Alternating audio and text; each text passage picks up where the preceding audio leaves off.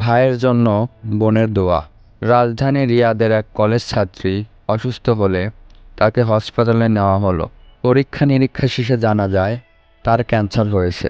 চিকিৎসকরা দ্রুত উন্নত চিকিৎসার জন্য আমেরিকা যাওয়ার পরামর্শ দেন, কিন্তু মেয়েটির পরিবার তার চিকিৎসার খরচ বহনে সক্ষম ছিল না।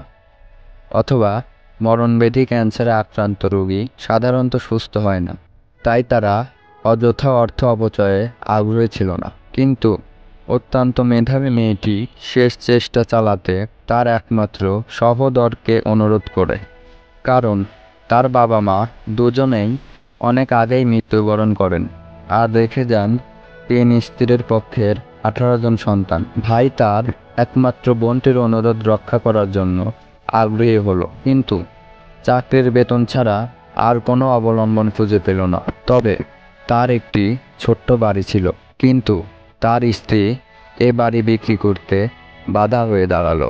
অবশেষে 7-5 ভেবে লোকটি বাড়িটি বন্ধক রেখে মোটা অঙ্কের টাকা সংগ্রহ করলো। ইতিমধ্যে স্ত্রী রাগ, ক্ষোভ ও অভিমানে বাপের বাড়িতে গিয়ে উঠল। লোকটি প্রায়ই 6 মাস ধরে চিকিৎসা চালিয়ে অবশেষে বোনটি মারা যায়। এদিকে চাকরিটাও চলে গেছে। দূতাবাসের সহায়তায় লোকটি বোনের লাশ নিয়ে রিয়াদ ফিরল এবং আয়ের কোনো উৎস না পেয়ে ট্যাক্সি ড্রাইভার হিসেবে জীবনযাত্রা শুরু করল। এদিকে বাড়ি বন্ধক রাখার কারণে স্ত্রী আর ফিরে আসবে না বলে জানিয়ে দিয়েছে। ড্রাইভারের জীবন বড়ই কষ্টের। এক রাতে লোকটি শুয়ে শুয়ে বোনের স্মৃতি স্মরণ করছিল।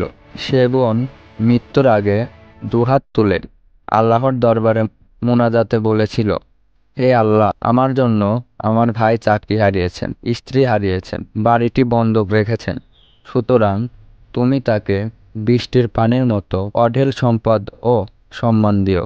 লোকটি বলছিল, হায় আফসোস, আমি কি বোকামিটাই করলাম। এসব কিছু ভাবতে ভাবতে রাত শেষ হয়ে গেল।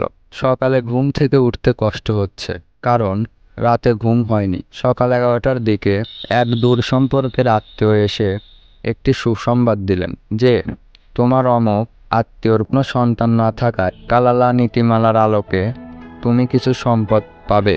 লোকটি তথায় গিয়ে খোঁজ খবর নিয়ে জানল, সত্য সত্য একটি এয়ারপোর্ট এলাকার সংলগ্ন বিশাল সম্পত্তির মালিক হয়েছে সে।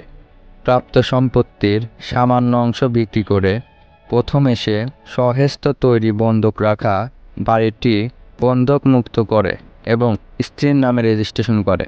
এর কাগজপত্র ও তালাকনামা স্ত্রীর নামে পাঠিয়ে দেয়। যদিও স্ত্রী বেচারি নিজের ভুল বুঝতে পারে, রুজু করার ফেরত নেওয়ার অনুরোধ জানায় এবং এ বিষয়ে ইনসিস্ট করে, কিন্তু লোকটি কিছুতেই সেই প্রাণহীন পাত্রটি আর ফেরত নিতে রাজি হয়নি।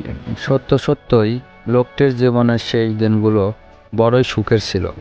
ভালো স্ত্রী, বাড়ি গাড়ি, ব্যবসা বাণিজ্য, সুসন্তান, কোনো কিছুর অভাব ছিল না। মৌতের সময় বোনের অন্তর থেকে উচ্চারিত দোয়া একজন নিষ্ঠাবান ভাইয়ের কপাল খুলে দিয়েছে। আমরা নিকট আত্মীয়র সাথে সম্ভাব বজায় রাখতে পারলে কোনো না কোনোভাবে আল্লাহর রহমত থেকে বঞ্চিত হব না, ইনশাল্লাহ।